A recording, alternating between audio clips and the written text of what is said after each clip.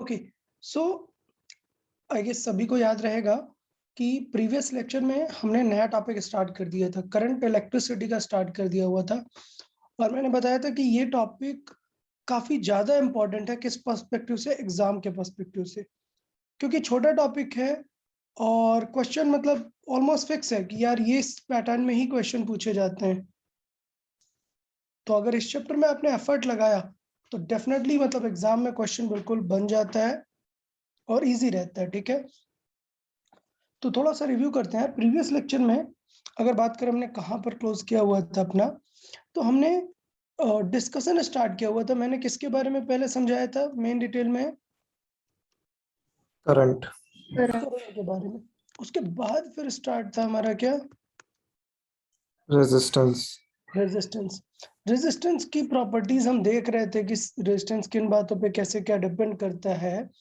और यहाँ पर अगर मैं पहुंचूं वापस से, कि हम देख रहे थे कि फिजिकल पैरामीटर्स का क्या इफेक्ट होता है। मतलब अगर उसका एरिया या लेंथ चेंज की जाए, तो अगर कट करके चेंज करेगा तो कोई इशू नहीं है, डायरेक्टली किस पे डिपेंड करेगा? लेंथ पे। लेकिन अगर स्ट्रेच वगैरह किया है तो हम एक चीज नहीं बोल सकते कि लेंथ पर डिपेंड करेगा, एरिया पर, दोनों बातों पर डिपेंड करेगा।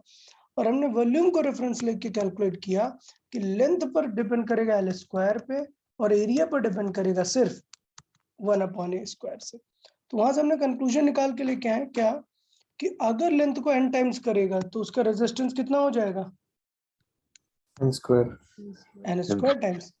और मुझे लगता है इस पे हमने क्वेश्चंस की भी बातें कर ली थी कि अगर हमने रेजिस्टेंस 3 टाइम्स किया तो लेंथ 3 टाइम्स स्ट्रेच किया तो रेजिस्टेंस कितना हो जाएगा? 3²। मतलब 9 टाइम्स। बट क्वेश्चन में पूछ रहा है कि चेंज इन रेजिस्टेंस बताओ, तो इसका मतलब 8 टाइम्स हुआ ना, क्योंकि 9 टाइम्स हुआ नया रेजिस्टेंस। लेकिन जब चेंज की बात आती है तो न्यू वैल्यू में ओल्ड वैल्यू, अगर मैं बोलूंगा कि न्यू वैल्यू 9 टाइम्स है तो ओल्ड वैल्यू बन रही होगी ना। तो कितना चेंज हुआ?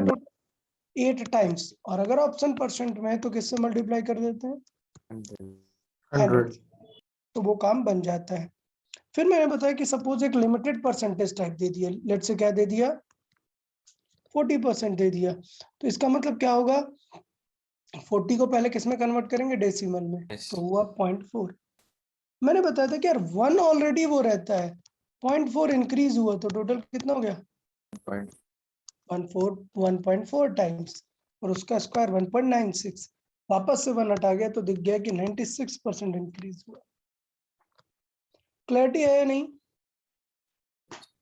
फिर नेक्स्ट क्वेश्चन में कितना था? 3%। तो मैंने बताया यार 3% मतलब 0.03 होगा ना।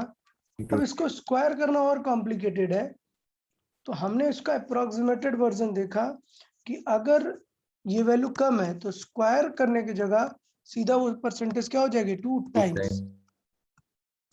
ठीक है, तो ये मैंने एक्चुअल आंसर स्क्वायर करके देखा, बट हमने देखा कि ये आंसर कुछ प्रॉब्लम नहीं है, it is very approximately two 6%। तो यहाँ पर मैंने स्पेशल पॉइंट्स लिखे थे, कि सबने माइंड किए होंगे, नोटिस किए हैं ना? देखे थे आपने notes? Yes sir. Okay, length अगर n टाइम्स हुई है तो रेजिस्टेंस n स्क्वायर टाइम्स। लेकिन अब देखो एरिया में उल्टा रिलेशन होता है, तो अगर एरिया n टाइम्स हुआ है तो लेंथ क्या होगी? 1/n square.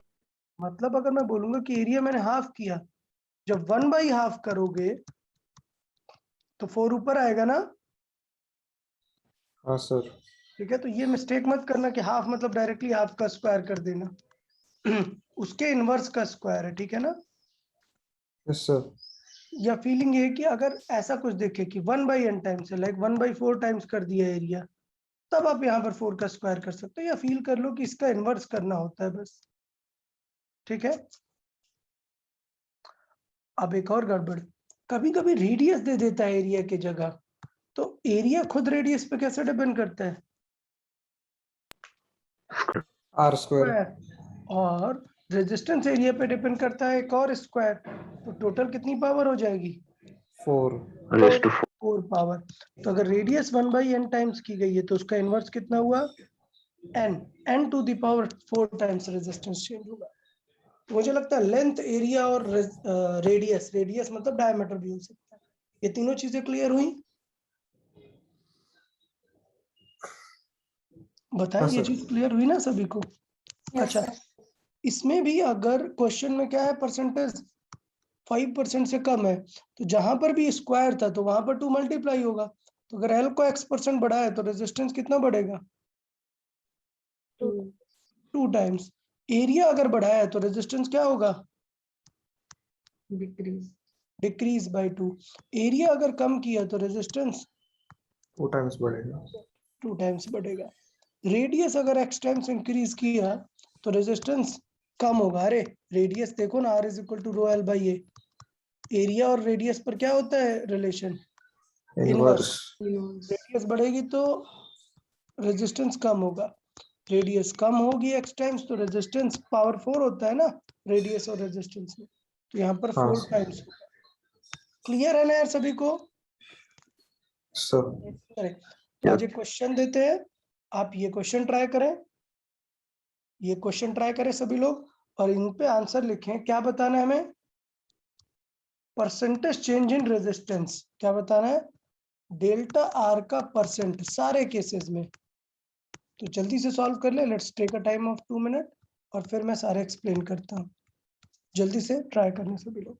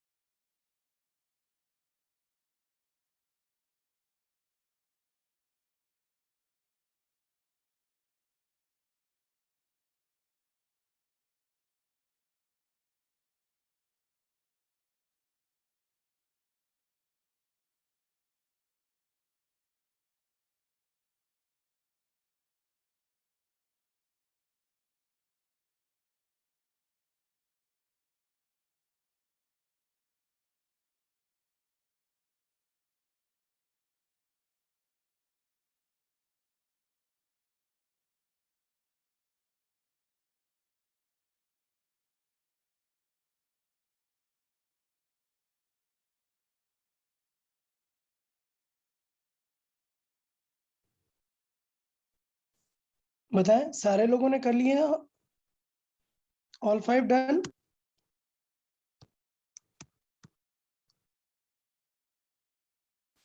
देखो यार कितना इजी था। लेंथ कितनी हो रही है? 50% इंक्रीज, तो नई लेंथ कितनी टाइम्स हो जाएगी? 50 मतलब पॉइंट में कितना? 1.5। ओके, तो 50% मतलब पॉइंट में 0.5, तो न्यू लेंथ कितनी हो जाएगी? 1.5। 1.5 और रेजिस्टेंस क्या होता है इसका? स्क्वायर मतलब 2.25 1.25, लेकिन हमें चेंज चाहिए तो इससे 1 -1 करेंगे, आएगा 1.25, मतलब कितना परसेंट आएगा? 125% आंसर होगा पहला। क्लियर है या नहीं? सेकंड देखें, यस यस सर। रेडियस पे कम किया है 50%, तो बेटा पहले थी कितनी खुद? 1, और 50% मतलब 0.5 कम किया तो कितनी रिमेनिंग आई? 0.5। 0.5। 0.5। बट आपको ये याद है कि 0.5 का मतलब होता है 1/2, और अगर रेडियस कम हुई है तो रेजिस्टेंस बढ़ा होगा या कम हुआ होगा? Increase. कम इंक्रीज हुआ होगा और क्या रिलेशन होता है कितना टाइम्स? Power 4 4 times. तो रेजिस्टेंस हुआ होगा 2 to the power 4 टाइम्स, मतलब 16 बट ये न्यू रेजिस्टेंस है तो चेंज कितना हुआ होगा? 15 1500%। ठीक है। नेक्स्ट, एरिया 15% इंक्रीज किया तो सेम 15% मतलब 0.15, ये कितना आ गया? 1.15। अब यार दिक्कत है कि एरिया अगर इंक्रीज किया है तो क्या होगा? रेजिस्टेंस डिक्रीज करेगा। बताया था इनवर्स रिलेशन है, मतलब 1/1.5 का होल स्क्वायर। तो अब यार यहाँ पर कुछ नहीं कर सकते हैं, ये मैथमेटिकली आपको सॉल्व ही करना पड़ेगा, इसका कोई ट्रिक नहीं बचा। ठीक है, तो इसलिए ये थर्ड वाला था प्योर कैलकुलेशन बेस्ड। फोर्थ पे आते हैं, लेंथ अगर डिक्रीज की 2%, तो समझाया ना, लेंथ पे स्क्वायर पे डिपेंड करता है, बट ये परसेंट बहुत छोटा है, तो अगर लेंथ डिक्रीज की तो रेजिस्टेंस इंक्रीज करेगा कितना percent? 2 sir sir length length sorry decrease किया तो परसेंटेज तो भी डिक्रीज रेजिस्टेंस करेगा डिक्रीज होगा, और कितना परसेंट होगा? 4 ना, क्योंकि 2 टाइम्स 4%। होता है तो वो उसका स्क्वायर होता है ना। यहाँ पर रेडियस कम हो रही है तो रेजिस्टेंस बढ़ेगा, इंक्रीज और कितना परसेंट होगा अगर ये 3% है तो? 81%, ये 12 सॉरी 12%। 12%। 4 का मल्टीप्लाई करेंगे ना बस। क्लियर? तो इसमें थर्ड केस जो है वो बस हमें परफेक्ट सॉल्व करना पड़ेगा, बट बाकी मोस्ट ऑफ द केसेस में आप लॉजिकली सॉल्व कर सकते हैं। ठीक है ना? ठीक है, तो यहाँ पर हमने इसका स्क्वायर किया, ये सॉल्व किया, इसका डिवाइड किया, ये वैल्यू आई, उससे 1 सब्ट्रैक्ट किया तो हमारी वैल्यू आ गई कि नियर अबाउट इतना चेंजेस आएगा। लेस देन वाला भी हमने बता दिया। तो बताओ यार, किसी को कोई डाउट रह गया क्या related to physical changes, L और ए में चेंजेस? बताएं यार, क्लियर है या नहीं?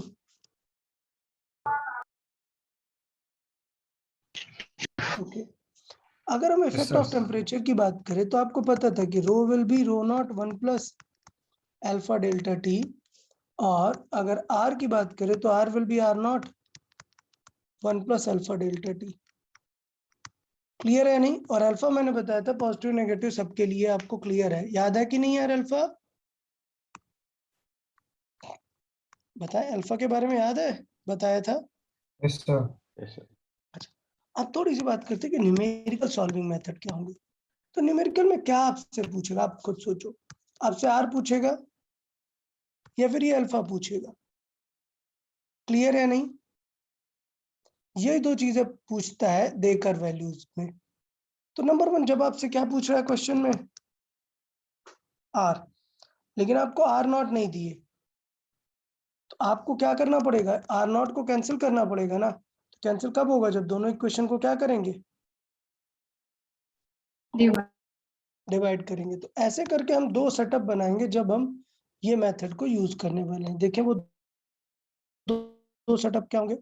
मैंने बोला कि resistance at 0 degrees R nought और at t degrees R T, तो करेक्ट इक्वेशन क्या है? ये। और डेल्टा टी मतलब चेंज इन टेम्परेचर क्या हुआ? टी हुआ ना। तो कभी कभी पूछा जाता है कि what will be the change in resistance due to temperature, तो डायरेक्टली आंसर क्या आ जाता है change in resistance due to temperature? R not alpha T. R not 0 degree का, अल्फा आपको पता है, टी भी आपको पता है कि किस डिग्री पर चाहिए, तो आपको 0 टू दैट डिग्री का चेंज पता चल जाता है। ठीक है कि नहीं? Yes. दूसरा इंपॉर्टेंट क्वेश्चन आता है, ये काफी इंपॉर्टेंट है। जब आपको क्या दे देता है कि at given temperature resistance is this, at different temperature resistance is this, तो फिर हमें फाइंड करना है। तो आपको ये ध्यान देना है कि अगर आपको अल्फा फाइंड करना है और आर नॉट गिवन नहीं है, तो दोनों इक्वेशन को क्या कर देना पड़ेगा? डिवाइड, और उसके बाद क्रॉस मल्टीप्लाई करके सॉल्व करके किसकी वैल्यू आ जाएगी? जाएगी। अब इसमें लगाएंगे अपन थोड़ा सा लॉजिक कि अगर अल्फा इंटू टी क्या है? स्मॉल, तो नोटिस करना कि ये वाले पे बाइनोमियल लगा देंगे ना, 1 प्लस अल्फा t1, और ये क्या हो जाएगा 1 माइनस अल्फा t2। ये समझा कि नहीं? Yes. ऊपर लेके नेगेटिव पावर ले गए और बाइनोमियल लगा दिया। अब इनका मल्टीप्लाई किया, मल्टीप्लाई करके जो अल्फा स्क्वायर की पावर आएगी वो क्या कर दी? इग्नोर कर दी। तो ये दिखेगा आपको 1 प्लस अल्फा, एक बार t1 दिखेगा माइनस एक बार t2, तो ये तो डेल्टा t ही लिखा है ना।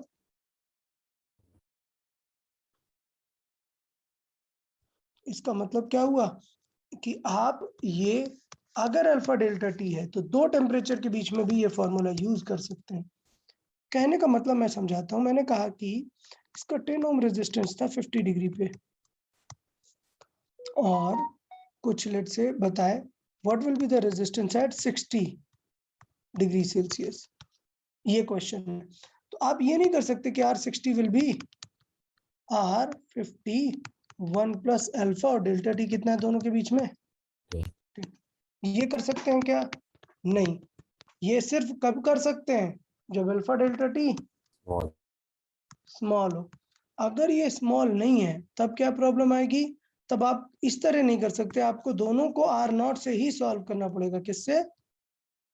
R0 से, और दोनों को डिवाइड करके क्रॉस मल्टीप्लाई करके ही सॉल्व करना पड़ेगा। समझ आया है नहीं? ये ध्यान देना पड़ेगा कि दोनों का सॉल्विंग मेथडोलॉजी अलग अलग है। ठीक, तो ये एक स्पेशल केस है और आप समझ गए कि क्या करना है। नेक्स्ट, अगर आपको R0 क्या है? नोन है, लेकिन क्या नोन है इस बार? हाँ, तो क्या डिवाइड कर दोगे क्या दोनों इक्वेशन? नहीं, डिवाइड नहीं करेंगे। जो अननोन है उससे क्या करो? हटाने का ट्राई करो। R0 इधर सबट्रैक्ट में ले आएंगे ना। तो ये समझ आया कि नहीं ये सीन? yes. और अब दोनों को डिवाइड करेंगे तो यहाँ से आ जाएगा R1 R0 R2 R0 और T1 और T2 में रिलेशन। ये एक अच्छा एग्जांपल बन जाता है अगर क्वेश्चन ऐसा बन रहा है कि 0 डिग्री पर था 10 ओम, 50 डिग्री पर हो गया 13 ओम, बताओ 100 डिग्री पर क्या हो जाएगा? समझा कि नहीं? सॉर्ट ऑफ कैसा रिलेशन आएगा कि पहले R1 R2 में डिफरेंस कितना है? 3, दूसरे में डिफरेंस कितना है? निकालना पड़ेगा। मान लेते हैं x minus 3, sorry x minus 10 is equal to initial temperature कितना है? 50, फाइनल टेम्परेचर कितना है? 100। इसे सॉल्व कर देंगे, वैल्यू आ जाएगी। आइडिया समझ आ रहा है किस टाइप के क्वेश्चन में कैसे टेम्परेचर वाले को यूज करना है? इन चीजों को अच्छे से समझना, और शीट में क्वेश्चंस रहेंगे तो आप लोग सॉल्व करेंगे तो आपको और क्लियर आइडिया आ जाएगा। बताए ओके है टेम्परेचर वाले का यूज? Yes, sir. अच्छा, अब कुछ वर्ड्स ऐसे हैं जो बीच में क्वेश्चन के बीच में आ जाते हैं। आप देखते हो ना कुछ नए नए नेम दिख जाते हैं, उनका ऐसा बहुत कुछ काम नहीं है क्वेश्चन सॉल्विंग में, बट आप कंफ्यूज ना हो इसलिए मैं थोड़ा सा उसमें आपको मार्क कर देता हूँ। प्लस एक और चीज, नीट में थ्योरेटिकल क्वेश्चन भी इस सेक्शन में से आ जाते हैं, तो नीट वाले स्टूडेंट थोड़ा सा इसका ध्यान देंगे। थ्योरेटिकल क्वेश्चन आ जाते हैं, जेई में जरूरत नहीं है बट डेफिनेटली नेम आ जाता है तो आप याद रखेंगे। चलिए, तो नेम क्या है हमारा? यहाँ पर हम क्या स्टडी करना चाह रहे हैं? क्या?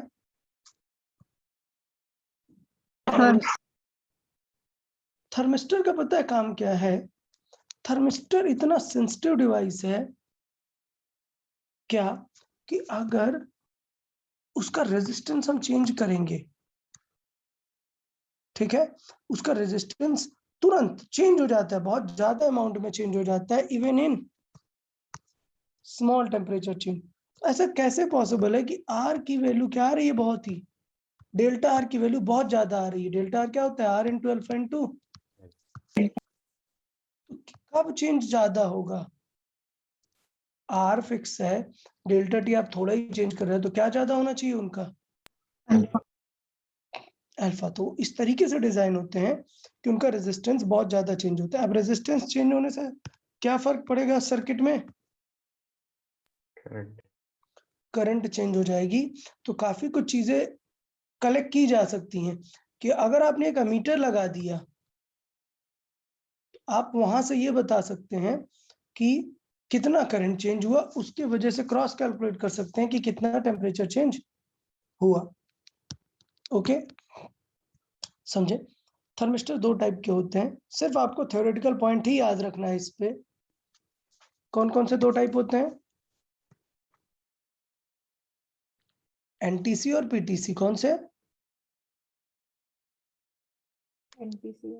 NTC PTC. NTC and PTC.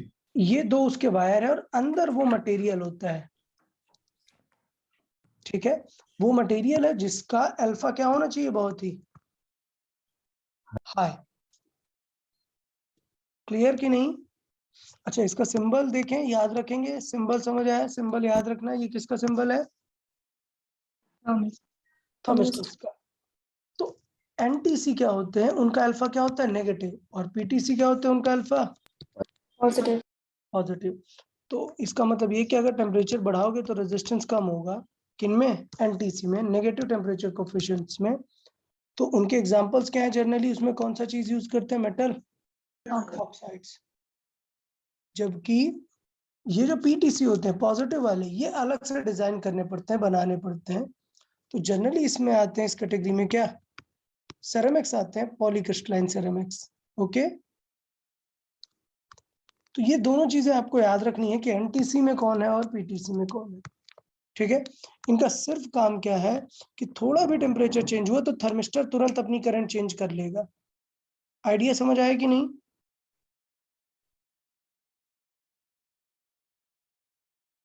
Okay, तो अगर मैं बेसिक कंस्ट्रक्शन की बात करूं, थर्मिस्टर में क्या होगा? थर्मिस्टर में दो टर्मिनल होंगे, वो कनेक्टेड होंगे और बीच में हमारा ये वो मेटल होगा जिसे थर्मिस्टर चिप बोलते हैं। ये एक्चुअल चेंजेस को दिखाएगा हमें, ठीक है? बहुत बहुत तरह के थर्मिस्टर आते हैं, देख लो यहाँ पर डिफरेंट टाइप के थर्मिस्टर जो कमर्शियली अवेलेबल है यहाँ पर बने हुए हैं। तो अगर आपने सर्किट देखा हो, अगर आपने सर्किट देखा हो या कोई भी इलेक्ट्रिकल इंस्ट्रूमेंट देखा हो पुराना वाला, तो आपने देखा होगा ऐसे काफी सारे एलिमेंट्स होते हैं वहां पर इस टाइप के। डिस्क थर्मिस्टर सबसे ज्यादा यूज होते हैं। किसी ने देखा है ऐसा? स्ट्रक्चर बहुत सारे लगे होते हैं, कोई सी छोटी सी चार्जर या कोई भी चीज ओपन करो, ओपन नहीं, खराब वाला अगर कहीं पे पड़ा है तो उसी में देखने की बात कर, ठीक है? ओके, नेक्स्ट हमारा थ्योरेटिकल पॉइंट है, क्या है? थर्मोस्टेट। थर्मिस्टर क्या था? थर्मिस्टर का काम बताए कोई? थर्मिस्टर का काम क्या है?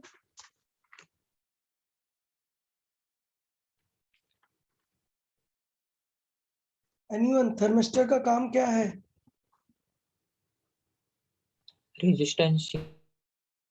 रेजिस्टेंस चेंज होता है, उससे करंट चेंज होती है। अमीटर उस करंट को कैलकुलेट करके बता देता है कि टेम्परेचर कितना चेंज हो गया। समझा कि नहीं? तो थर्मिस्टर बेसिकली हाँ, सर। इलेक्ट्रिकल सर्किट के थर्मोमीटर्स हैं। थर्मिस्टर क्या है?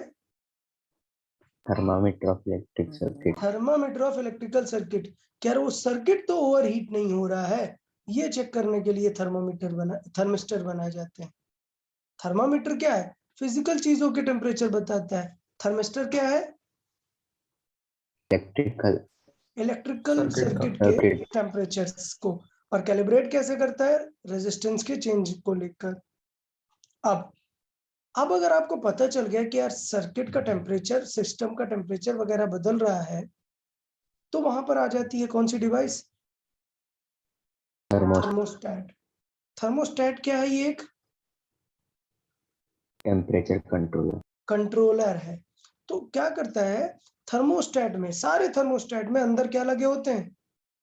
थर्मिस्टर्स, ठीक है? वो चेक करते हैं और उसके अकॉर्डिंग वो इलेक्ट्रिकल सर्किट डिजाइन किया जाता है जिससे वो कंट्रोल कर सकते हैं। तो अभी उसकी डिटेल में जाना हमारा उतना कुछ पार्ट नहीं है। अभी आजकल सारे इलेक्ट्रिकल आने लग गए हैं थर्मोस्टेट्स। सारे थर्मोस्टेट से इलेक्ट्रिकल आने लग गए। बट अगर मैं एक बहुत ही कन्वेंशनल थर्मोस्टेट की बात करूं जो पहले यूज किया जाता था कहाँ पर, मैन्युफैक्चरिंग सेक्टर में, तो वहां पर आपको यूज किया जाता था क्या, थर्मिस्टर की जगह पर क्या यूज करते थे थर्मोस्टेट्स में, बाई मेटेलिक स्ट्रिप। कुछ याद आ रही है बाई मेटेलिक स्ट्रिप का काम? सपोज इस सर्किट में लगी हुई है तो ये सर्किट ब्रेक थर्मोस्टेट या है, ओपन करने। एग्जैक्टली ये थर्मोस्टेट है, इसमें ये बाई मेटेलिक स्ट्रिप लगी है। अब इसकी कैलिब्रेशन है कि कितने टेम्परेचर के बाद ये कर्वेचर इतना हो जाएगा कि ये सर्किट ओपन हो जाएगा, तो कनेक्शन क्या हो जाएगा वहां से, कैंसिल। ठीक है, Yes, sir. Yes, sir. Clear ना? तो ये दो थ्योरेटिकल पॉइंट है, आजकल ये इतना बायोमेटालिक स्ट्रिप इतना यूज नहीं होता है।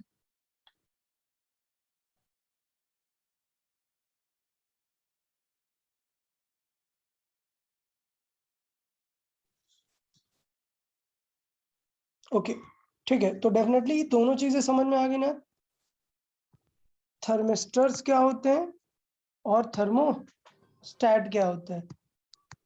नीट में ही पूछा जाने Yes, का sir. चांसेस होता है इन पे बेस्ड थ्योरी, जेई में बिल्कुल भी थ्योरी नहीं आता, बट हाँ क्वेश्चन में वर्ड लिखा होता है देयर इज अ थर्मोस्टेट और आप परेशान हो जाते हो सर क्या है। कुछ ज्यादा सोचना नहीं है, बस वो टेम्परेचर कंट्रोलर डिवाइस है, आपको अकॉर्डिंगली उसमें समझना है। देखें चले तो क्वेश्चन सॉल्व कर लेते हैं थोड़े से। चले ये क्वेश्चन ट्राई करें जल्दी से।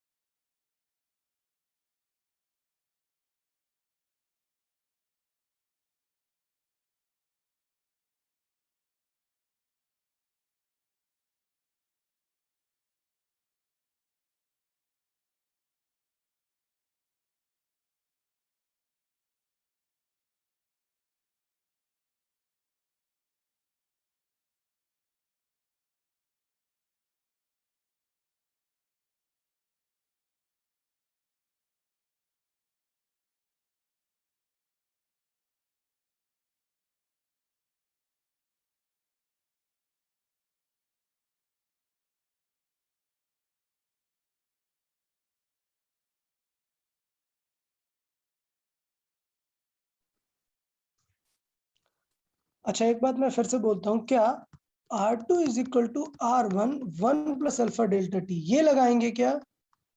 No sir. ये याद रखना है, ये स्पेशल केस है, ऐसा कभी करते हैं क्या? नहीं, ये सिर्फ स्पेशल है जब क्या हो alpha delta T small, very small. Small हो, ये बहुत ही स्मॉल हो तभी। बट अल्फा पता है क्या हमें? नहीं पता, तो ये थॉट नहीं देंगे, बेसिक्स यूज करेंगे, that R is equal to R not 1 plus alpha delta T, बस इसी को ही यूज करेंगे। ठीक है, तो देखें क्या गिवन है, समझाया था मैंने कि अगर अल्फा डेल्टा टी में से अल्फा कैंसिल करना है आपको और आर नॉट गिवन है, देख रहे हो ना यहाँ पर क्या गिवन है, नहीं आर नॉट फाइंड करना है मान लो, तो क्या गिवन है, R1 और R2 गिवन है, तो क्या करना चाहिए, इसे इधर आर नॉट को सब्ट्रैक्ट कर लेना चाहिए और फिर डिवाइड करना चाहिए। मतलब क्या होगा, R1 minus R not is equal to R not alpha T1, समझा ना, और R2 minus R not same R not alpha T2। बताइए ये लाइन याद आ रही है या नहीं? Yes, sir. ठीक है, तो आर नॉट अल्फा कैंसिल हुआ और अकॉर्डिंगली इसे सॉल्व कर देंगे। बताएं क्या आंसर आया फिर? तो देख लेते हैं, मैंने आर नॉट को ऐसे एक्स लिख दिया और क्रॉस मल्टीप्लाई करके सॉल्व कर दिया 6। तो क्या टेम्परेचर आ गया कि 0 डिग्री पर टेम्परेचर था 6, सॉरी 0 डिग्री पर रेजिस्टेंस कितना था 6, 10 डिग्री पर कितना हो गया, सॉरी 20 डिग्री पर कितना हो गया 10, और 30 डिग्री पर कितना हो गया, ये डेटा है हमारा। ठीक है, अच्छा देखें, इसके बाद एक डिवाइस आती है जो बहुत ज्यादा इस चैप्टर में यूज होती है, ऑलरेडी आपने क्लास 10th में सुना होगा, क्या? रियोस्टेट। रियोस्टेट का काम क्या है, क्या एडजस्ट करना, रेजिस्टेंस रेजिस्टेंस एडजस्ट कर सकते हैं। देखिए कैसा दिखता है, यहाँ पर जो ये आप कॉलेज में एक्सपेरिमेंट के टाइम पे भी यूज करेंगे, रियोस्टेट डेफिनेटली यूज होता है कॉलेज में भी। क्या रहता है इसमें, यहाँ पर बहुत सारी वायर की वाइंडिंग है। क्या है ये? वायर। तो मुझे पता है कि रेजिस्टेंस किसके प्रोपोर्शनल है? किसके प्रोपोर्शनल है?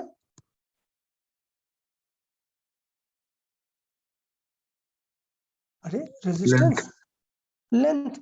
तो आप इस कॉइल की जितनी ज्यादा लेंथ यूज करोगे उतना ही ज्यादा रेजिस्टेंस तो यूज कर पाओगे। तो क्या होता है, सेटअप समझे।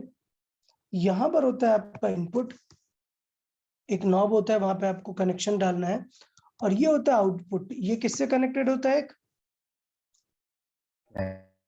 स्लाइडर से। ठीक। तो आप क्या कर सकते हो कि यहां से इनपुट से करंट गई, सपोज यहां से करंट गई, ठीक, और क्या होता है कि ये वायर्स में जाएगी करंट, और इस स्लाइडर, बिकॉज ये कंडक्टिंग है, स्लाइडर से होके वापस इस आउटपुट से बाहर निकल जाएगी। तो बेसिकली आपने कितने लेंथ का रेजिस्टेंस यूज किया? इतने लेंथ का। समझा ना? और इस स्लाइडर को आप यहां तक पूरा ले जाओगे तो आप पूरा रेजिस्टर यूज कर सकते हो। सोचो आपको एक बार में ही पूरा यूज करना है, तो इस स्लाइडर से हटा के डायरेक्टली कहां पर कनेक्ट कर सकते हो? यहाँ पर। तो क्या यूज होने लगेगी? इसकी पूरी लेंथ यूज होने लगेगी। क्लियर ना?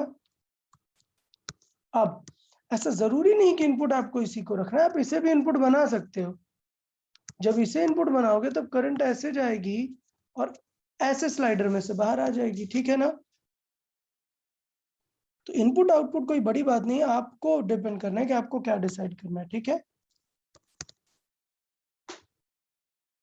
तो रियोस्टेट समझ आया कि रेजिस्टेंस कैसे वेरी करता है? कैसे वेरी करता है? लेंथ। हम जो लेंथ यूज कर रहे हैं वही थोड़ी सी कम यूज करते हैं, स्लाइडर के थ्रू एडजस्ट हो जाती है। पक्का ना? रियोस्टेट क्लियर है सभी को?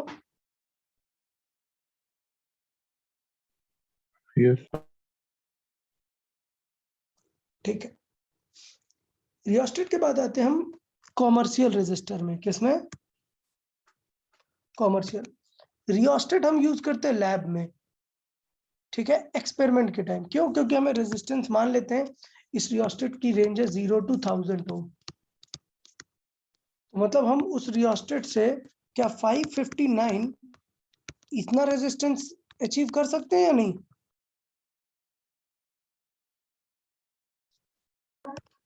कर सकते हैं ना? 0 Yes, to sir. All available है। देख रहे हैं ना? जहां पर स्लाइडर रोक दोगे उतना रेजिस्टेंस मिल जाएगा। समझा कि नहीं? लेकिन इसे सर्किट में यूज नहीं करते हैं क्योंकि साइज वगैरह काफी बड़ा है। सर्किट में यूज नहीं करते। सर्किट में क्या यूज करते हैं हम? Fixed resistors. क्या? Fixed resistors. इनको कॉमर्शियल रेजिस्टर भी बोलते हैं, और यूजुअली इनको क्या बोलते हैं, जो इनका मैन्युफैक्चरिंग है वो किस पे बेस्ड होता है? कार्बन पे। तो इनको कार्बन रेजिस्टर्स भी बोलते हैं। ठीक है? तो ये हो गए क्या? Commercial resistors. तो कॉमर्शियल रेजिस्टेंस की क्या होती है? कुछ पहचान होती है उनके कलर कोडिंग से। किससे? कलर कोडिंग से। तो कलर कोडिंग की जो सीक्वेंस है वो आपको याद करना पड़ेगा। वो कहाँ से होता है? ब्लैक टू व्हाइट की तरफ होता है। कलर कोडिंग कहाँ से होता है? Black to white. अब एक प्रॉब्लम है कि हमारे सिलेबस में सिर्फ 4 कलर कोडिंग का है। कॉमर्शियली 5 भी आते हैं, 6 भी आते हैं, बट वो हमारे सिलेबस में नहीं है। ठीक है ना? तो टेंशन मत लेने लगना। हमें सिर्फ क्या स्टडी करना है? 4 कलर्स। तो हमें जो दिखेगा वो रजिस्टर कुछ ऐसा दिखता है। 4 कलर्स। क्या? ये हो गई उसकी क्या? वायर, कंडक्टर पार्ट, जो कि लेड का है यूजुअली। उसके बाद अंदर जो मटेरियल यूज होगा वो कार्बन का डिफरेंट कंपोजिशन, और बाहर एक इंसुलेटिंग कोटिंग होती है। और ये आपको 4 कलर्स दिख रहे होंगे। दिखे कि नहीं? 4 बैंड्स। कॉमर्शियली 5 और 6 भी आते हैं, हमें सिर्फ 4 स्टडी करना है। तो पहले क्या करना पड़ेगा? हमें इन कलर कोडिंग का सीक्वेंस पहले लर्न करना पड़ेगा, फिर मैं समझाऊंगा कि रजिस्टर कैसे चेक करते हैं। तो कलर कोडिंग का सीक्वेंस देखें आप। क्या? ब्लैक टू व्हाइट की तरफ जाएगा, मतलब ब्लैक को नंबर देंगे क्या? 0 और व्हाइट को नंबर देंगे क्या? 9. 9। देखें ब्लैक के बाद कौन सा कलर आता है? Brown. ब्राउन। ब्राउन के बाद red, orange, yellow, green, blue. ये जो रेड टू वायलेट है ये थोड़ा विबग्यो टाइप के हैं, देखे कि नहीं? Yes. इंडिगो नहीं है, ब्लू है, ग्रीन है, येलो है, ऑरेंज है, रेड है। ओके, तो black, brown, red, likewise last में जाके क्या है? Grey and white. तो सबसे ज्यादा कंफ्यूजन पता है इन दो को लेके ही होती है। तो यार अब याद रखना है कि पहले कौन सा वाला बी आएगा। पहले बी कौन सा आएगा? ब्लैक। एक और कंफ्यूजन होती है जी को लेके, तो अब आपको याद रखना है कि जो लास्ट वाला जी है वो किसके नियर अबाउट है? ग्रे। व्हाइट के नियर अबाउट है, इसलिए वो ग्रे है। ठीक, इनको याद करने का एक कोड भी याद रख सकते हैं। सबके first letters B B Roy. B B Roy बहुत ही बड़े साइंटिस्ट थे, ठीक है। G B good boy, VGW very good boy. So आप इस फॉर्म में याद कर सकते हो, B B Roy good boy very good boy. Okay, तो आप अपने अकॉर्डिंग कुछ भी रैंडम सा बना सकते हो। द पॉइंट इज आपको 0 to 10 तक का, 0 to 9 तक का ये पूरा कोड याद होना चाहिए, अदरवाइज क्वेश्चन करेक्ट करने की कोई पॉसिबिलिटी नहीं बनती। ठीक है ना? हम कॉन्सेप्ट सिखा सकते हैं, अब ये लर्न नहीं कराएंगे यार, ये लर्न आपको ही करना है। ठीक है ना? Yes. ओके, तो चले कि अब इनका यूज कैसे करना है।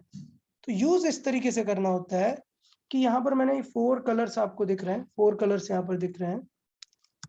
क्या करना होता है, 3 बहुत ही क्लोज होते हैं और एक बहुत दूर होता है। तो जो क्लोज है उनसे स्टार्टिंग करते हैं। पहला होता है ए, बी, सी एंड डी। ठीक, अब इसे लिखते कैसे हैं? ए और बी को साथ में लिखते हैं, इनटू नहीं कराते हैं कि ए अगर 2 है और बी अगर 3 है तो आंसर क्या आ जाएगा? 6। नहीं, आंसर होगा 23। क्लियर ना? Yes. तो हमने लिखा A B, 10 to the power में क्या रखते हैं? सी। और ये जो प्लस माइनस लिखा है ये इसकी क्या है? एरर, जिसे हम क्या बोलते हैं? टॉलरेंस। तो ये हमारा जो commercial resistance of 4 colour band है उसमें सिर्फ 3 ही टॉलरेंस अवेलेबल होते हैं, gold, silver and no colour. Gold मतलब अच्छा होगा ना, तो उसमें एरर कितनी होगी? सिर्फ 5%। 10%। और कुछ कुछ रेजिस्टर होते हैं जिसमें फोर्थ बैंड ही नहीं होता, सिर्फ 3 होते हैं, मतलब फोर्थ में क्या है? तो मतलब वो सबसे सस्ता वाला है, उसमें एरर कितना है? 20%। तो पक्का ये लिखना समझ आया रेजिस्टर कैसे चेक करते हैं? First 2 letters 10 to the power. तो मैं आपको एक सिखा देता हूँ, बस आपको कलर कोडिंग याद रहनी चाहिए थी। तो देखिए लिखा है, find the resistance of a carbon resistor जिसमें रेड ये कलर स्ट्रिप है। तो सबसे पहले तुरंत असाइन कर देना है इनके नंबर्स क्या है। रेड, तुरंत जाओ किस पे? बीबी रॉय। तो फर्स्ट 0 से स्टार्ट होता है, बहुत लोग गलती करते हैं, इसे कहां से स्टार्ट कर देते हैं?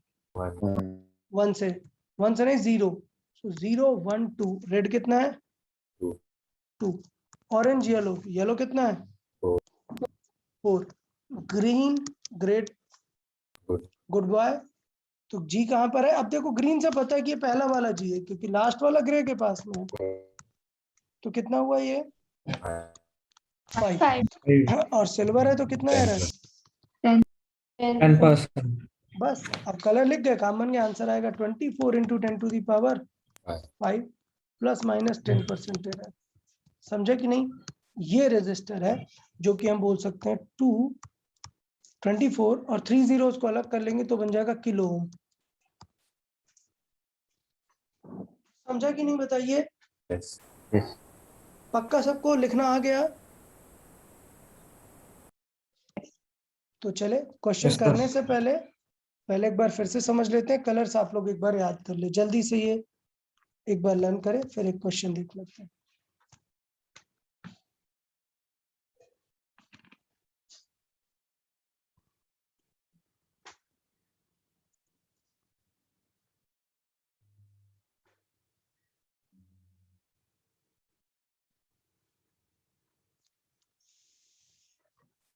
ओके चले, तो डेफिनेटली आप लोगों ने समझ गए हैं इसे। चले ये ट्राई करें जल्दी से।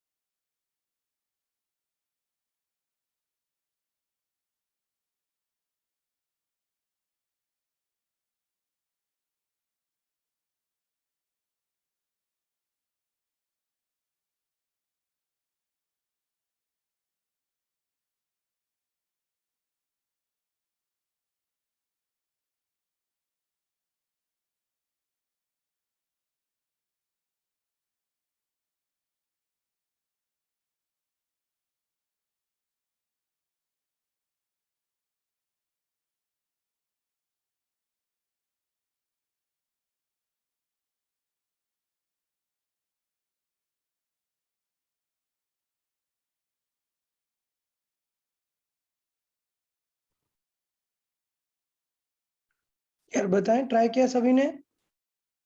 Yes, sir. Okay, Yes, sir. तो ब्लैक का कलर कोडिंग नंबर क्या है?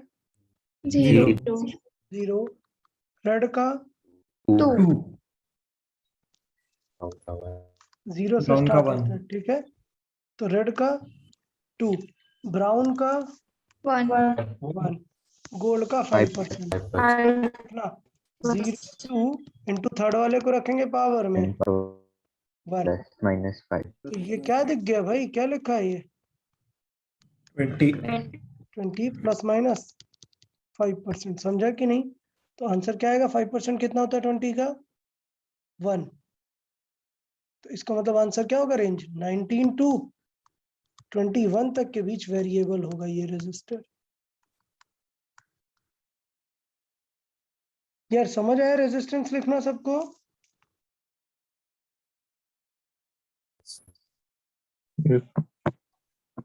अरे कोई डाउट क्या इसमें किसी को? No, sir. अगर कलर कोडिंग याद नहीं है तो उसका कोई हेल्प कर पाएगा क्या? कोई नहीं कर सकता, फिर कुछ नहीं कर सकते उसमें, ठीक है ना? चलें, तो ये ट्राई करें।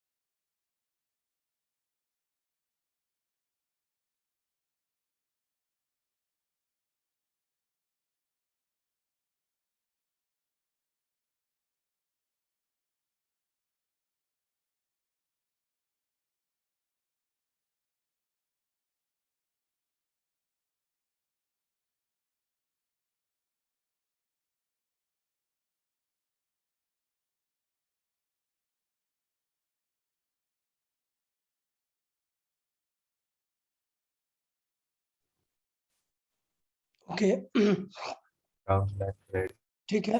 Black, brown, orange, gold. Black, brown, orange, gold. Black, brown, orange, gold, सही है। लेकिन एक चीज हमेशा याद रखना है कि जब अब हम रिवर्स क्वेश्चन सॉल्व करते हैं तो हमेशा उसके कितने आंसर होते हैं? 2 answers.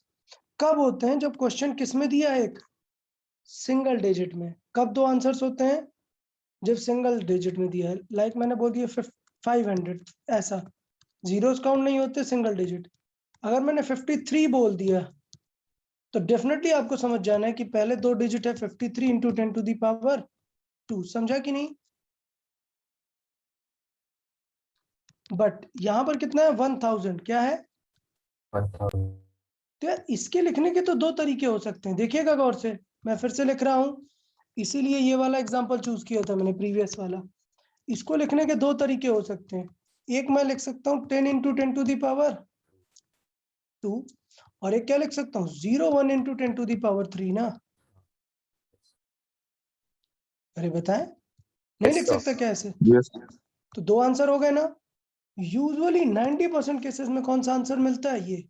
But we can not ignore even the 10% ना। तो ये वाला केस भी याद रखना है कि ऐसा भी हो सकता है। तो डेफिनेटली आप लोगों ने जिन्होंने आंसर किया, पहला वाला हुआ ब्राउन, दूसरा हुआ Black. Black, Black. और ये वाला क्या है? Red. Red. रेड। तो ये जो आपका 90% क्वेश्चन में मिलता है ना, वो आपने नहीं किया। आप सब लोगों ने कौन सा आंसर किया है? जो बहुत कम चांस है कि ऑप्शन में मिलता है। बट टेंशन नहीं लेना, ये सबको समझ में आ गया ना? Yes, sir. हाँ, डाउट क्या कुछ? यार सभी को समझ आए दो पॉसिबल आंसर्स?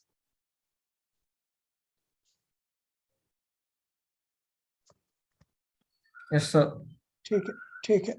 यहाँ पर मैंने दोनों पर्सपेक्टिव्स बताए हैं कि ये दो करेक्ट आंसर है।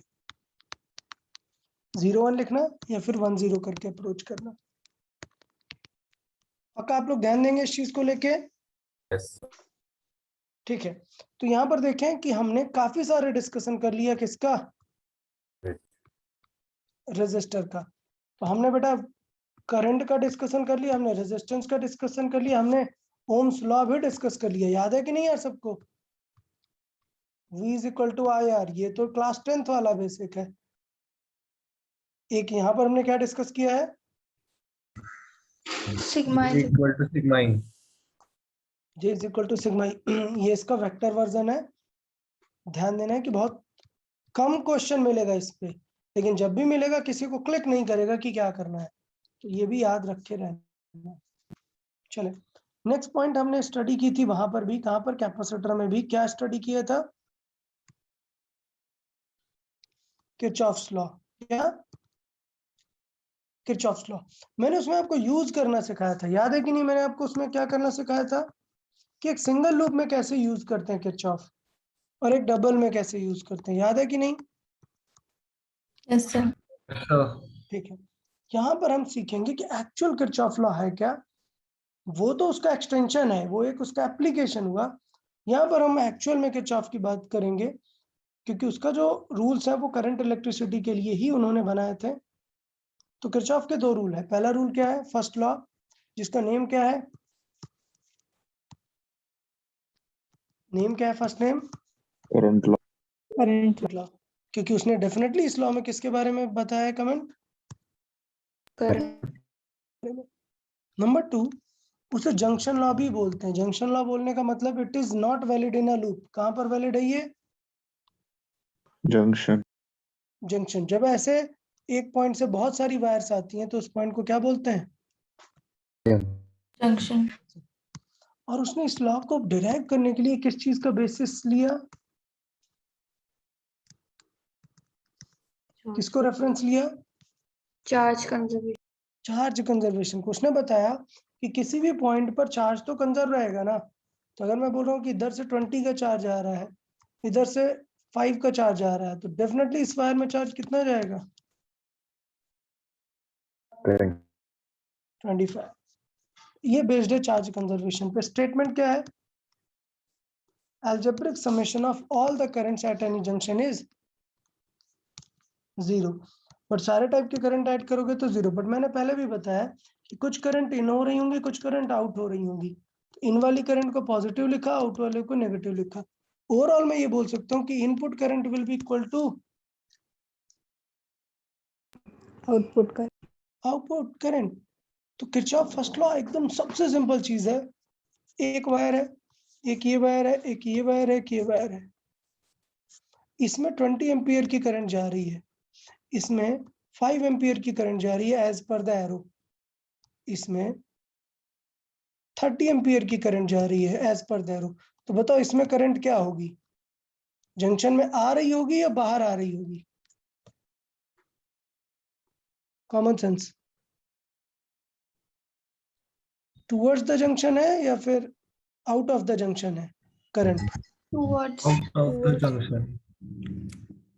यार आउट ऑफ द जंक्शन कैसे हो जाएगी यार? जंक्शन पे देखो, इन हुई 2, 20, इन कितनी है 20, आउट कितनी हो रही है 30 और 5, 35। तो यार अभी इनकम है ना, तो कितनी इन होगी? और 15 समझा या नहीं बताइए?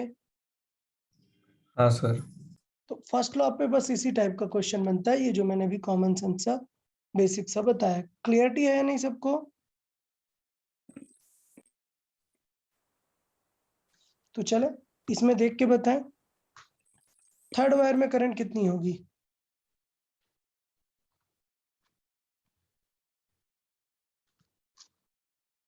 10 से इन हुई, 3 से निकल गई, थर्ड वायर से कितनी करंट जाएगी? 7। 7 जंक्शन की तरफ जाएगी, नहीं, बाहर जाएगी। आउट बाहर आएगी। क्लियर ना?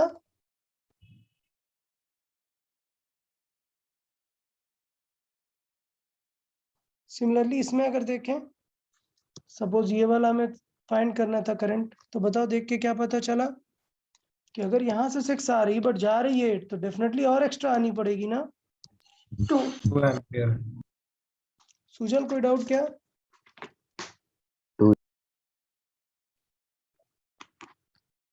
ओके तो मुझे लगता है फर्स्ट लॉ इसका सबसे बेसिक है, फर्स्ट लॉ में किसी को कोई डाउट नहीं है क्या किसी को? सर देखिए, हाँ ऊपर वाले एग्जाम्पल में 3 वाला भी इन है ना? नहीं, 3 आउट है ना, एरो देखो। सर आई वाला आय वाला मैंने इन बनाया है, बट मैं वही बता रहा हूँ कि आंसर गलत है, इन हो ही नहीं सकता, आंसर होना चाहिए दिस आउट। ओके क्लियर ना? यस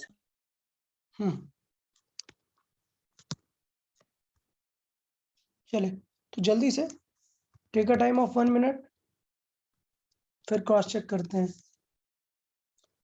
करंट फाइंड करनी है,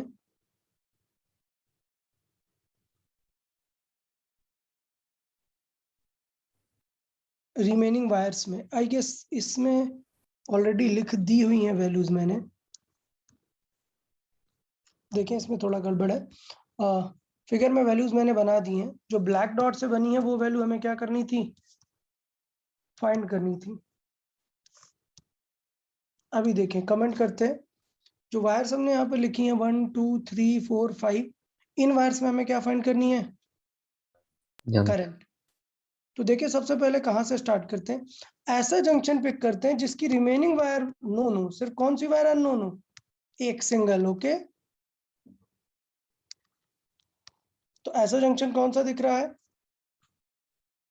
2 वायर के पास वाला। ठीक है, 2 वायर में हमें क्या दिख रहा था कि इस वायर से कितनी करंट आ रही है यहाँ पर, जबकि बाहर कितनी गई सिर्फ 2 तो ये जो नंबर 2 की वायर है उसमें कितनी करंट जाएगी? 8। 8। ये जंक्शन हो गया। अब देखो 8 यहाँ से आ रही है, 6 यहाँ बाहर जा रही है, तो फिर इसका मतलब 1 पे कितनी जा रही होगी? 2। 2। ठीक, 5 पे क्या हो रहा होगा? यहाँ से 2 आ रही है, यहाँ से 3 आ रही है, तो 5 को कितनी मिली? 5 5। 5 से 5 एम्पियर आ रही है, इधर से भी 5 आ रही है, तो 3 पे कितनी हो गई? 10 एम्पियर। 3 से 10 आ रही है, इधर से 2 आ रही है, तो 4 पे कितनी हो गई? 12। तो बताओ यार फर्स्ट लॉ के ऑफ क्लियर है कि नहीं सबको? Yes sir. सर एकदम बेसिक सा है ना? Yes sir. हाँ, अब इसमें भी एग्जाम में अगर थोड़ा सा आप ध्यान नहीं दोगे तो गलतियां हो जाएंगी। ठीक है, तो फर्स्ट लॉ हो गया। सेकेंड लॉ पे आते हैं। सेकेंड लॉ काफी ज्यादा इंपॉर्टेंट है, मैं कई बार बता भी चुका हूँ। सेकेंड लॉ को क्या लॉ बोलते हैं?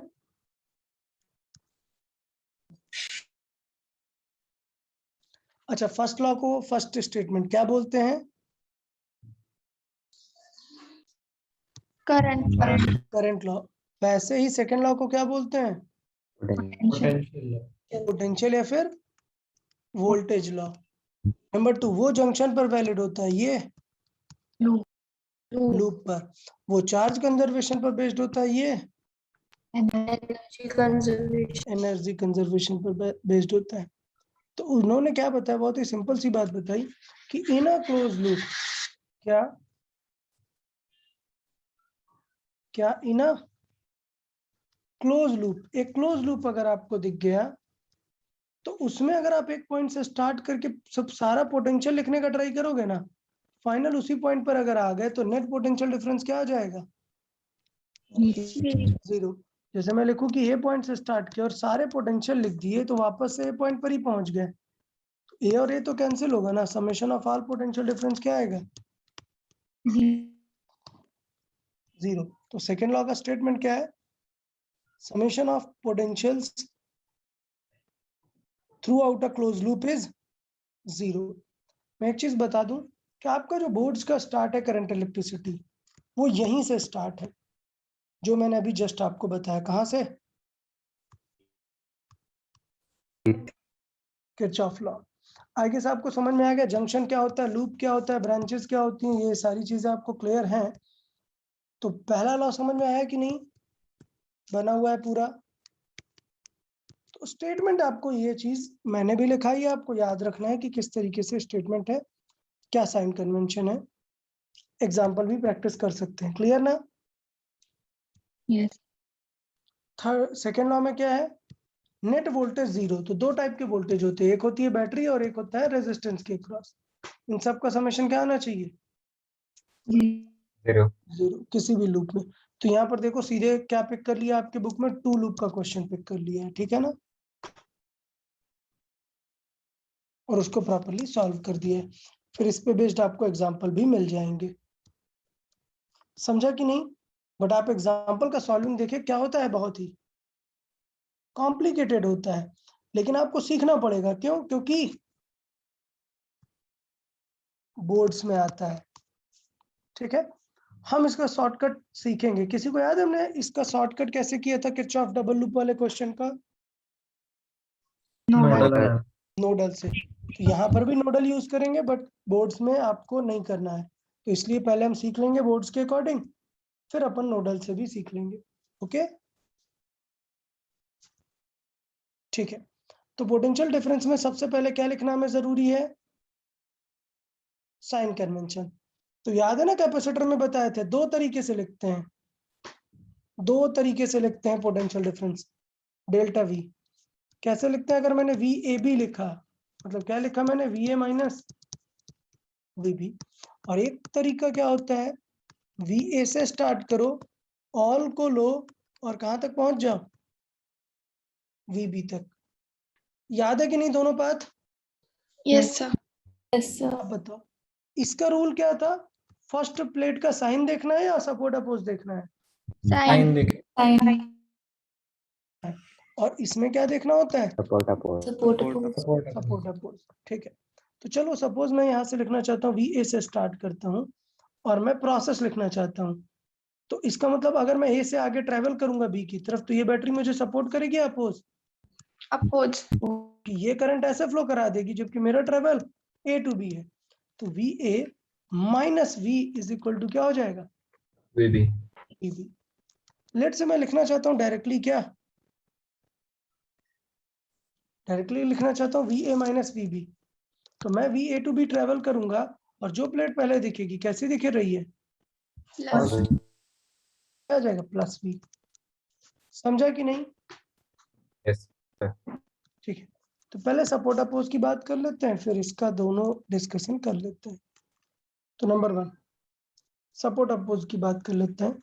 जब हम कहां से कहां जा रहे हैं? A to B. B. A to B. तो इसका मतलब ये है कि ये बैटरी अपोज कर रही है हमें, तो नेगेटिव आया। जब हम ट्रेवल कहां से कर रहे हैं? बी टू ए, और ये करंट भी ए की तरफ। सेम डायरेक्शन में है, तो वी बी में क्या करेंगे? वी ऐड करेंगे, तब पहुंच जाएंगे कहां पर? V A. ए पर। तो पता है सपोर्ट अपोज भी इवन क्या होता है ना, थोड़े मतलब थोड़ा तो सोचना पड़ता है, सपोर्ट मतलब क्या है, अपोज मतलब क्या है। उसका सिंपल सा रूल भी मैंने एक ध्यान दे लिया कि उल्टा होता है यार सपोर्ट अपोज।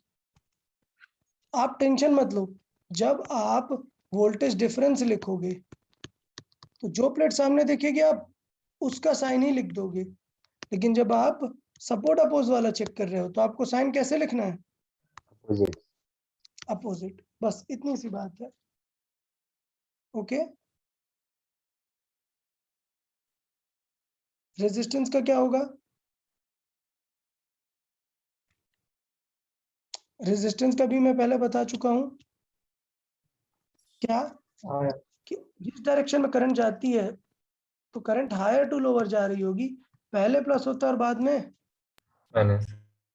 माइनस होता है। तो अगर हम क्या लिख रहे हैं, हम सपोर्ट अपोज चेक कर रहे हैं, तो VA से स्टार्ट करेंगे तो हम ऐसे ही जा रहे हैं ना, पहले कौन सा होगा, इस तरीके से करंट फ्लो कराएगा ना अगर ये बैटरी होती। या फिर सिंपल सी बात करूं, सपोर्ट अपोज में क्या साइन रखते हैं? उल्टा। क्या रखते हैं? उल्टा। तो करंट की डायरेक्शन में करोगे तो क्या यूज करना पड़ेगा?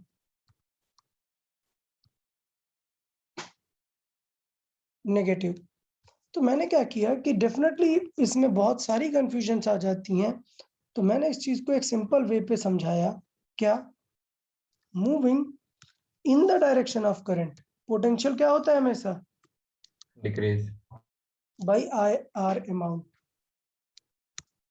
इसका मतलब क्या हुआ कि जब मैं A से B जा रहा हूं तो करंट की डायरेक्शन में जा रहा हूं ना, पोटेंशियल क्या होना चाहिए? डिक्रीज। और जब करंट इधर से इधर है बट मैं जा रहा हूं इधर से इधर, तो उल्टा हो रहा है ना। Yes, sir. इसका मतलब क्या होना चाहिए? पोटेंशियल इंक्रीज, क्योंकि करंट B से A में जा रही है, मतलब B is higher, A is less.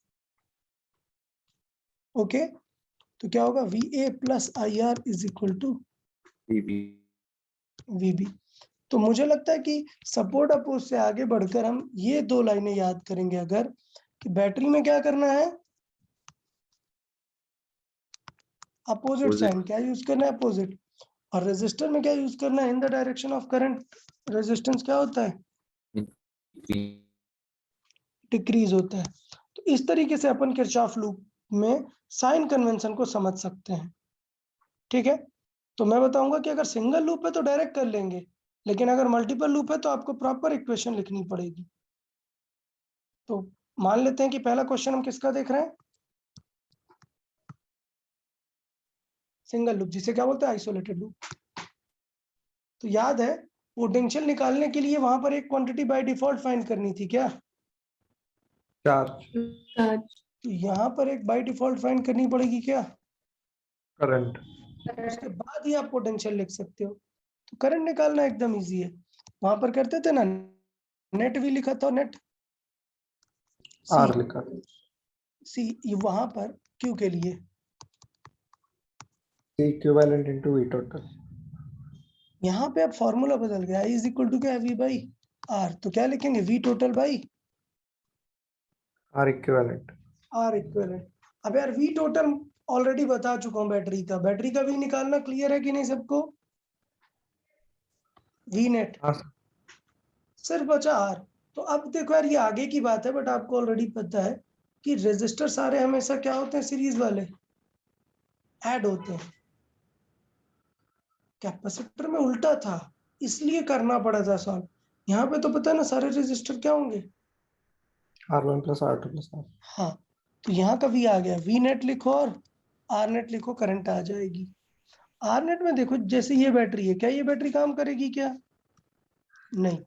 Battery तभी काम करती है जब उसका वायर क्लोज ना हो, मतलब यहाँ बस से कनेक्शन ना हो, घूम फिर के कनेक्शन यहाँ पर आए। तो इसमें कनेक्शन आ रहा है क्या यहाँ पर? नहीं सर। नहीं। सिमिलरली ये रेजिस्टर भी तभी काम होता है जब दूसरा टर्मिनल भी कहीं पे ज्वाइंट हो। ये ज्वाइंट नहीं है तो ऐसा थोड़ा ना करंट इधर से गई और रिटर्न आ गई। समझा? Yes sir. 3 बैटरी हैं और 3 रेजिस्टर हैं, सॉल्व कर देंगे। ठीक है, एक क्वेश्चन से, न्यूमेरिकल क्वेश्चन से ज्यादा क्लियर समझ में आएगा। चलिए इससे ट्राई करें। हमें क्या फाइंड करना है? VA पता है, क्या फाइंड करना है? VC। आप देखना, 2 पाथ है, आप VABC भी चूज कर सकते हो या फिर VAD। ठीक है ना? तो मैं चाहूंगा कि दोनों से हम लोग ट्राई करेंगे, बट ये लिखने से पहले क्या फाइंड करना चाहिए सर्किट की? करंट। करंट। तो आयुष बताओ यार, नेट बैटरीज कितनी होंगी? सबसे पहले किससे स्टार्ट करते, छोटी बैटरी या बड़ी बैटरी से? बड़ी बैटरी से। बड़ी बैटरी से। किससे शुरू करेंगे? 40 से। अब ये 40 आगे से। जाएगी, ये 10 ऐड होगी या सब्ट्रैक्ट? ऐड होगी, क्यों? क्योंकि इसकी क्योंकि वो करंट जिस सपोर्ट करेगी। डायरेक्शन में है वैसे ही ये भी सपोर्ट करेगी। करते करते ये बैटरी क्या करेगी? अब अपोज करेगी। अपोज करेगी। तो 40 प्लस 10, अब ये बैटरी -20। -20। आगे का ये बैटरी सपोर्ट है अपोज? सपोर्ट। सपोर्ट तो प्लस +20। 20। तो कितना हो गया? 50। सॉरी 50 समझा कि नहीं? पोटेंशियल अपॉन रेजिस्टेंस कितने हैं? 4 है। 4 टोटल कितना है इन सब का? 50। 50 आया। 50 आया। तो करंट कितनी आ गई? 1 एम्पियर। करंट कैसी है? क्लॉकवाइज है क्या ऐसे? नहीं। कौन सी डोमिनेटिंग थी? 40 वाली। करंट कैसी है? क्लॉकवाइज नहीं। ओह सॉरी, क्लॉकवाइज ही है। हाँ ठीक है, करंट क्लॉकवाइज है 1 एम्पियर। अब हमें क्या लिखना पड़ेगा? A to C। तो लेट से पहले किस पाथ से लिख देते हैं? ABC। ABC लिखते हैं। तो देखना, स्टेप नंबर 1 VA। अब मैं प्रॉपर प्रोसेस लिखने वाला हूँ। तो in the direction of current potential decrease होता है या बढ़ता है? डिक्रीज होता है। डिक्रीज। तो 20 into 1 डिक्रीज होगा या सब्ट्रैक्ट? डिक्रीज। फिर ये बैटरी, क्या समझाया था कि जब भी ये प्रोसेस लिख रहे हो तो उल्टा रखना है। पहले कौन सा साइन मिला है? तो फिर सर ये सपोर्ट वाला है ना? सपोर्ट अपोज वाला चल रहा है। हाँ सर। सपोर्ट अपोज का मैंने एक डायरेक्ट थॉट है दिया हुआ है कि आप इतना मत प्रोसेस करो सपोर्ट अपोज, तो जस्ट ध्यान दो कि बैटरी का उल्टा आता है साइन। +10। फिर 5 ओम में डेफिनेटली क्या होगा? रिड्यूस होगा। 5 into 1 I into R। फिर 20 ओम में क्या होगा? पहले प्लस Minus। प्लेट मिली है तो -20। और कहाँ तक पहुंच गए अपन? VA खुद कितना था? 50। ये कितना है? 5, 20 और 20, 40, 45। कितना आ गया VC? सबको समझा कि नहीं यार? Yes. अब अगर हम Yes, क्या ट्रैवल करेंगे, हम A to C जाएंगे थ्रू D। तो करंट तो कैसे आ रही है इस बार? ऐसे जा रही है ना? मतलब A to C। हाँ, हम कैसे जा रहे हैं? Opposite to the current. तो रजिस्टर वाले क्या होंगे instead of subtract? Add. Add होंगे। क्लियर?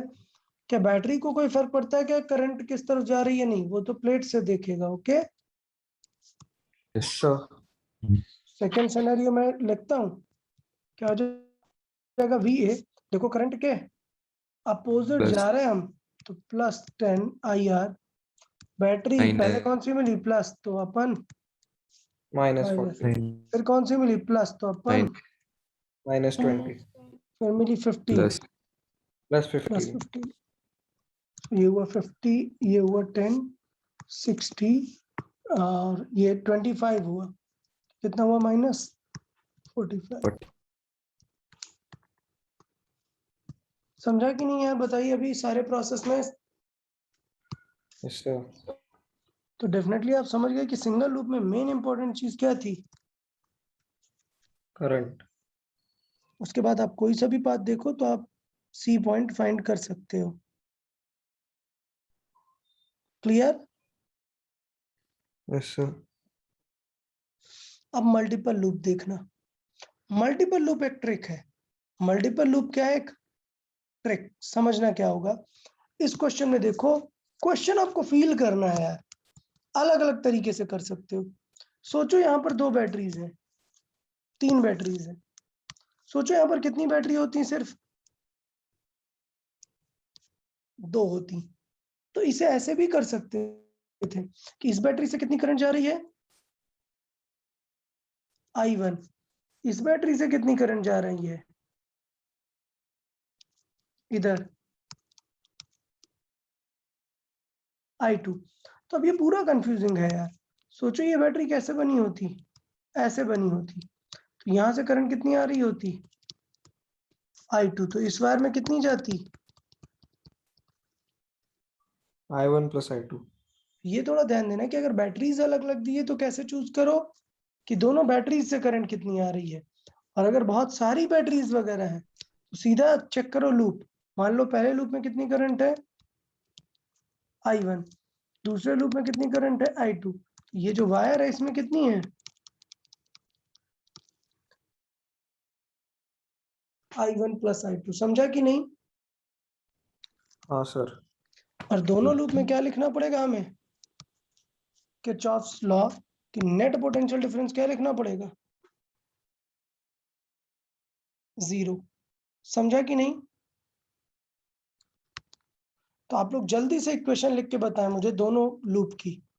लूप 1 की इक्वेशन लिखे, लूप 2 की, फिर अपन क्रॉस चेक करते हैं आपकी इक्वेशन सही है या नहीं। लूप 1 की इक्वेशन लिखे, लूप 2 की इक्वेशन लिखे, और फिर दोनों को सॉल्व करके I1 I2 की वैल्यू आएगी।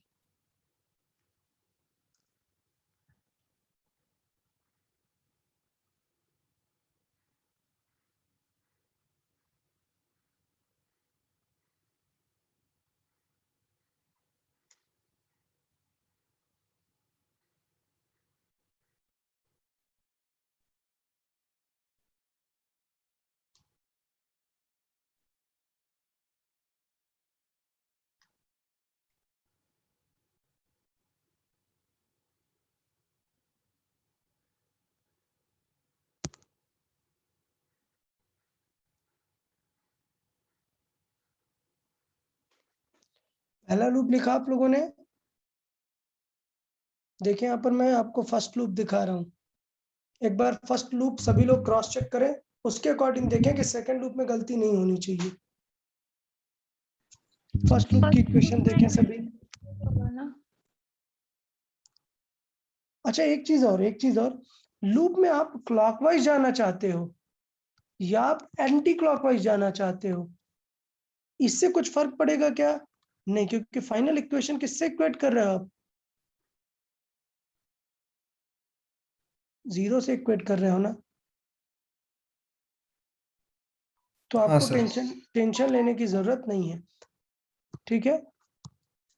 तो आप कैसे भी ले लो, क्लॉकवाइज या एंटी क्लॉकवाइज। तो सोचो करंट ऐसे क्लॉकवाइज लिए, तो अगर आपने क्लॉकवाइज लिखना स्टार्ट किया तो आपको कैसे यूज करने पड़ेंगे साइन, माइनस। माइनस में।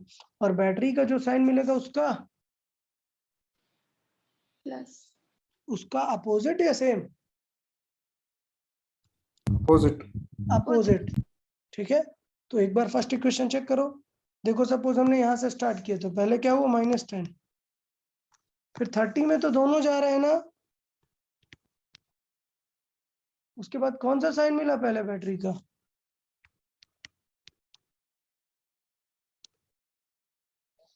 तो अपन ने नेगेटिव यूज किया। फिर 5, फिर 20 में भी पॉजिटिव मिला तो क्या यूज किया, नेगेटिव। अच्छी बात है, इतने सारे नेगेटिव का कुछ फर्क नहीं था, सारे नेगेटिव कॉमन लेके 0 के साथ कैंसिल आउट हो गए, कुछ ऐसी इक्वेशन बन गई। तो चले आप लोग ट्राई करें, आप किसके लिए सेकंड लूप के लिए इक्वेशन लिखने का ट्राई करें, और उन दोनों से सॉल्व करके क्या ट्राई करेंगे, I1 I2 की वैल्यू निकालेंगे, ठीक है। ट्राई करें, ये लूप में लिखें,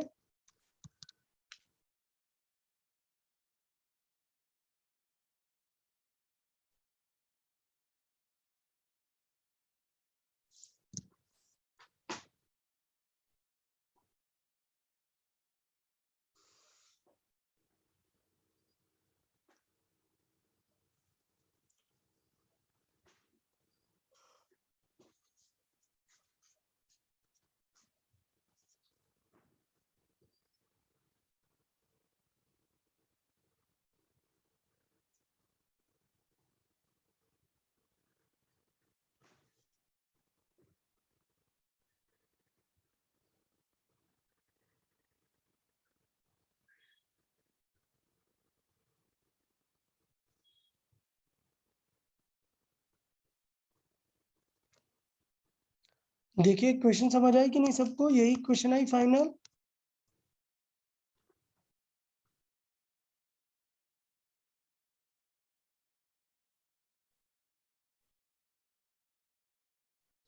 और दोनों को क्या कर दिया हमने? सॉल्व कर दिया, तो क्या आंसर आ गया फाइनल? करंट के दोनों आंसर आ गए। अभी देखो सॉल्व करके आंसर क्या आ रहे हैं करंट के? नेगेटिव। तो इस नेगेटिव का मतलब क्या है कि एक्चुअल रियल में करंट कैसी चल रही है? Opposite to the assumed value. हमने सर्किट में एज्यूम किया था क्लॉकवाइज, अभी कंक्लूजन क्या निकला कि करंट कैसी जा रही है? Anti clock. Anti clockwise. तो कभी कभी पूछ लेता है कि किस रेजिस्टर में कितनी करंट है और वो क्लॉकवाइज या एंटी क्लॉकवाइज, ये दोनों कैलकुलेट कर लेता है। अच्छा एक चीज और, लूप लिखने के यार देखो अलग अलग रूल है, मैंने दोनों रूल बताए ना। अभी मैंने कौन सा फॉलो किया? VA minus all is equal to VB वाला। कुछ लोग डायरेक्टली क्या लिखते हैं?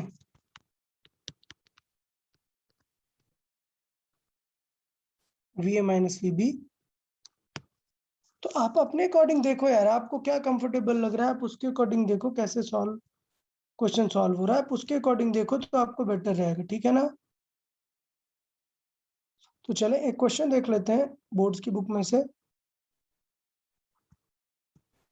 कि इनको कैसे अप्रोच करना है, ठीक है?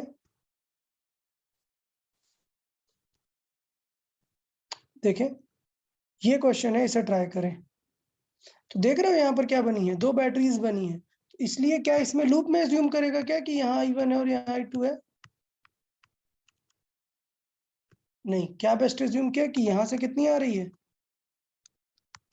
I1 और यहाँ से कितनी आ रही है? I2। इस वाले रेजिस्टर में कितनी करंट जा रही है? I1 plus I2। I1 plus I2।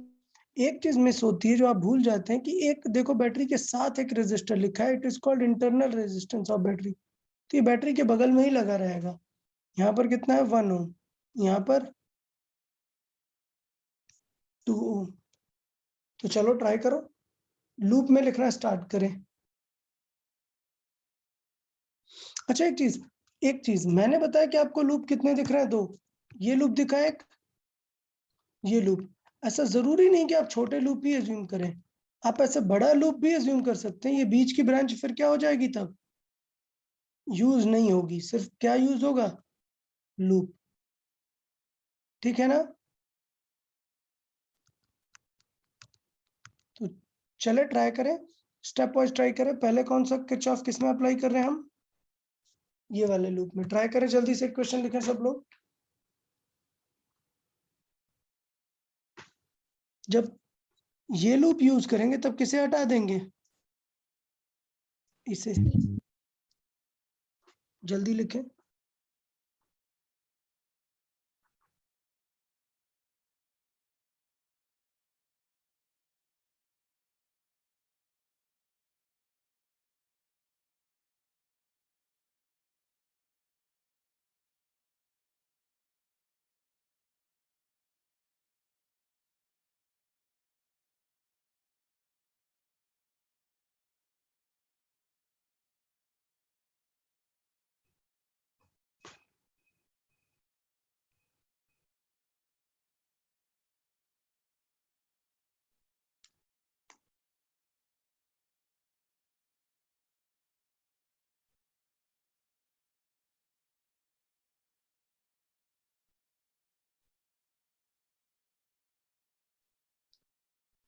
Equation लिखा गया सभी ने? बताएं, फर्स्ट हो गया ये लूप।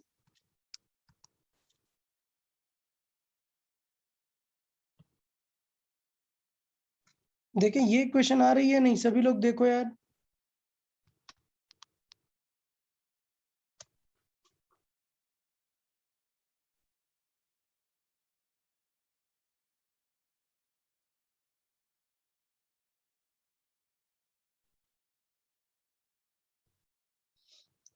यार देखो ए से स्टार्ट करेंगे, कहां से स्टार्ट करेंगे?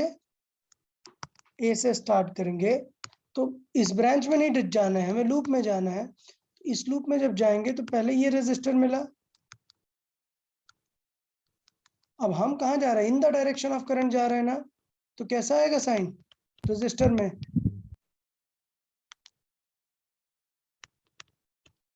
अरे रजिस्टर में लॉस होगा कि नहीं in the direction of current, minus.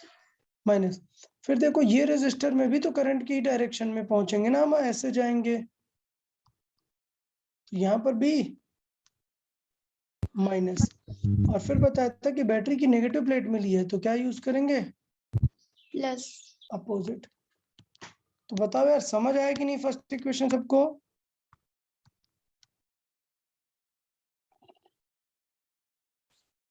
अब सेकंड में ये वाला लूप पिक कर लो, ट्राई करो जल्दी से सेकंड लूप लिखने का, ये लूप।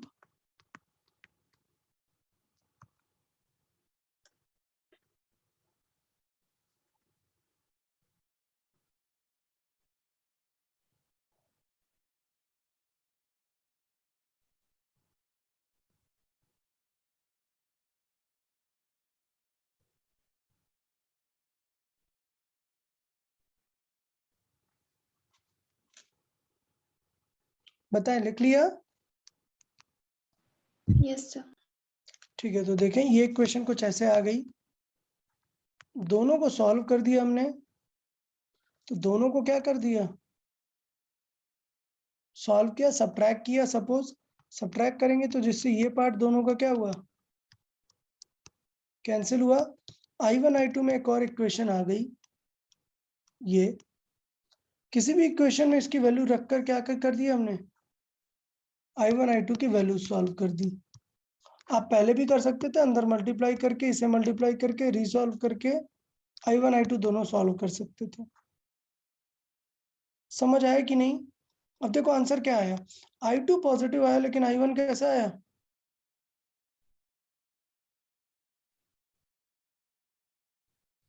अरे I1 नेगेटिव आया ना, तो इसका मतलब क्या होता है कि इसका मतलब 13 वोल्ट वाली बैटरी डोमिनेट कर रही है, इससे करंट तो बाहर आ रही है लेकिन इन दोनों में जा रही है बाकी।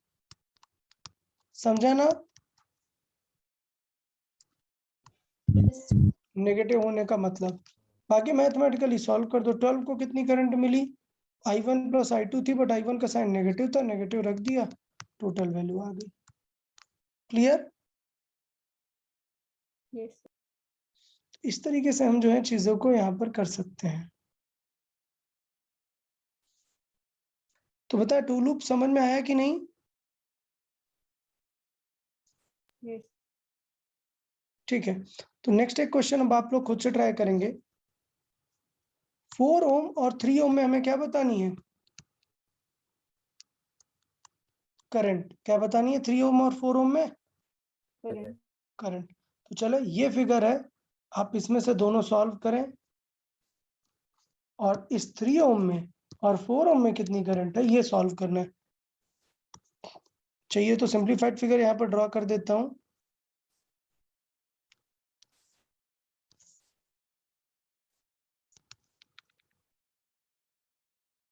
ये क्वेश्चन है,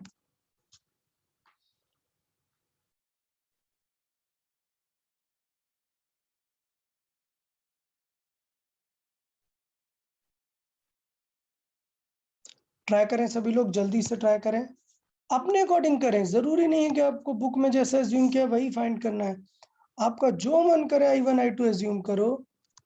टारगेट बस ये है कि कहां पर करंट लेके आनी है, बस ये ध्यान देना है। तो डेफिनेटली सबसे ज्यादा कौन है, 10 वोल्ट। तो पहली करंट इससे मान लेते हैं क्या है, I1। अब ये हो सकता है कि यहाँ पर दोनों करंट स्प्लिट हो जाए, आप ऐसे भी एज्यूम कर सकते हो, ठीक है, या अदर वे में भी एज्यूम कर सकते हो। तो आपका मन है, ऐसा कुछ नहीं है कि क्या करना है, ठीक। तो मान लेते हैं कि यहाँ से I1 करंट है और इस बैटरी से कितनी आ रही है, I2। तो ऐसे घूम के इसमें जाएंगी दो करंट्स, I2 जाएगी ऐसे, लेकिन I1 कैसे जाएगी, I1 का कुछ पार्ट इस तरीके से ना। तो 3 ओम में कितनी करंट जाने लगेगी, I2 माइनस। I1 में I2 अपोज करेगी ना, I2 तो एक पार्ट दिख रही है ना, हाँ एक तरीका ये है, बट मैं ये नहीं प्रेफर करता हूँ। मैं क्या प्रेफर करता हूँ बताओ जल्दी से। बीच वाले ignore सर्किल में एज्यूम करो। क्या एज्यूम करो? लूप में एज्यूम करो कि कितनी करंट फ्लो हो रही है। ओके ना? तो मैं सीधा क्या बोल देता हूँ, इस लूप में कितनी करंट है? I1। या फिर बड़ी बैटरी से स्टार्ट करो, इस लूप में कितनी करंट है? I1। इस लूप में कितनी करंट है? I2। 3 ओम को कितनी मिल रही है? I1 plus I2. I1 plus I2। चलो सॉल्व करें जल्दी से। जो फिगर मैंने बनाया है इसके अकॉर्डिंग सब लोग सॉल्व करेंगे।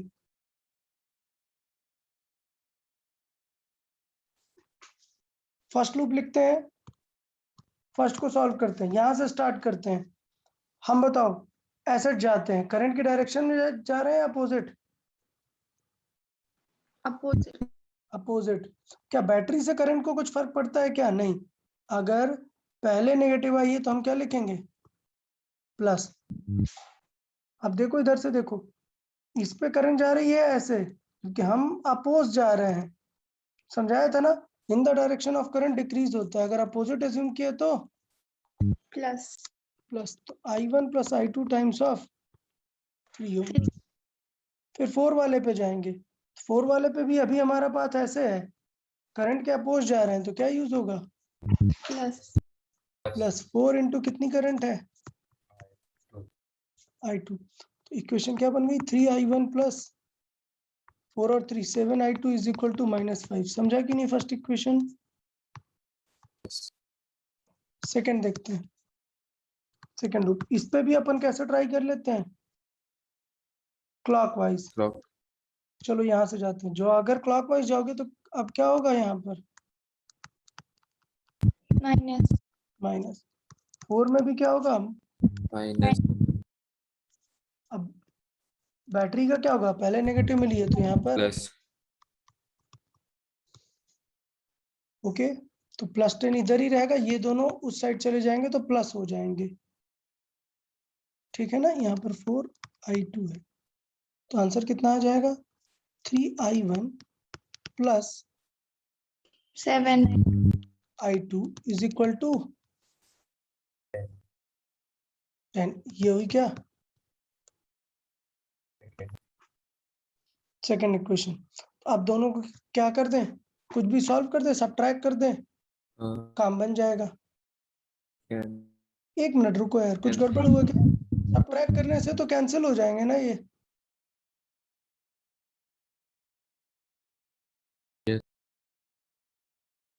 सर 4I1 होगा। 4I1 ओके, हाँ सॉरी माय मिस्टेक। यहाँ पर 4 क्या होगा? I1 होगा, तो इसका मतलब 7I1 है और 3I2। अभी सॉल्व करने के लिए इसमें क्या कर लो? 3 का मल्टीप्लाई कर दो और इसमें 7, और अब सबट्रैक्ट कर दो। ठीक, एक मिनट।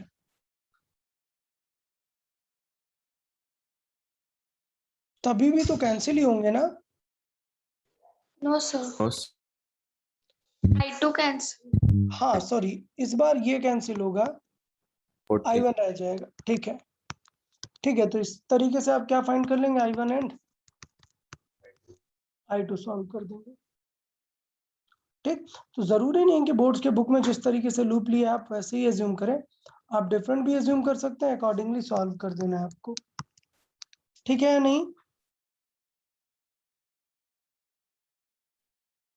यार किरचॉफ समझ में आया या नहीं दोनों? Yes sir. ठीक है, तो किरचॉफ का डेफिनेटली प्रैक्टिस कर लेना। बुक में बोर्ड्स की बुक में लास्ट में भी क्वेश्चन दिए हैं किरचॉफ के। लास्ट में कहाँ पे? एक्सरसाइज में, यहाँ पे। ठीक है, तो यहाँ पे कुछ किरचॉफ के क्वेश्चंस हैं, आप वो सॉल्व कर लो। अदरवाइज अभी रहने दे सकते हैं, कुछ उतना प्रॉब्लम नहीं है। सिर्फ जो मैंने नोट्स में कराया है सिर्फ उतना क्वेश्चन आप क्या कर लो, सॉल्व करके रखो। नेक्स्ट लेक्चर से अपन नोडल स्टडी करेंगे। मतलब शॉर्टकट में देखेंगे कि इस चीज को कैसे सॉल्व कर सकते हैं। ठीक है ना?